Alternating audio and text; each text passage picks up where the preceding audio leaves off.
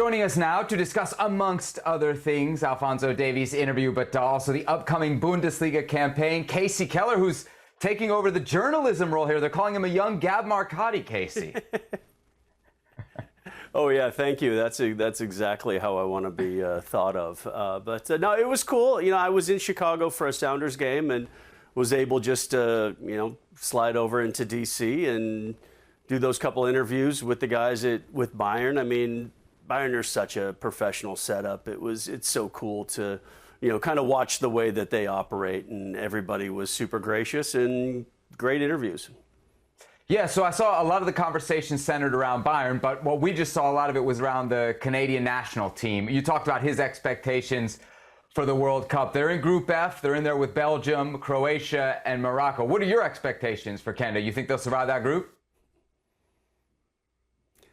No, I don't. I don't think they'll survive that group. I think probably obviously the favorites are Belgium and Croatia to go through. And I think what's really important for Canada after not being in a World Cup since '86 is just look like you belong. I mean, we saw in World Cup past where CONCACAF teams have come in and haven't really represented the way that we would like them to do. I mean, obviously Panama struggled, and so what I would love to see is at least if Canada don't make it out of their group, at least represent CONCACAF with some class. Just kind of show that we're continuing to get better and continuing to be more competitive.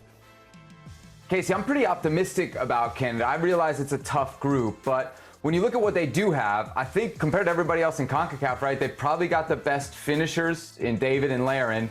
And I don't know if you'd agree with me here, but probably the best wide, attacking threats in Davies and Tajon Buchanan. Those would seem to me to be good pieces, good elements to a formula to success in tournament soccer. Is that at least fair to say for Canada?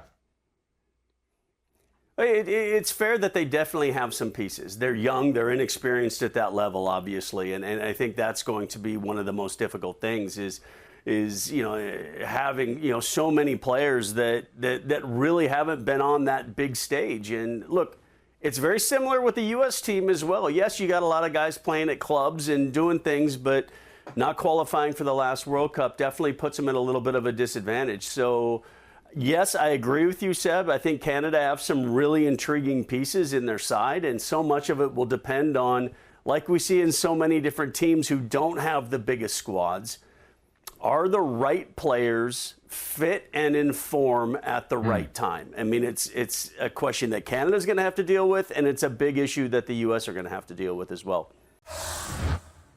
Well, thank you very much for watching ESPN on YouTube. For more sports highlights and analysis, be sure to download the ESPN app. And for live streaming, premium content, and let's not forget as well, ESPN FC 7 days a week. Subscribe to ESPN+.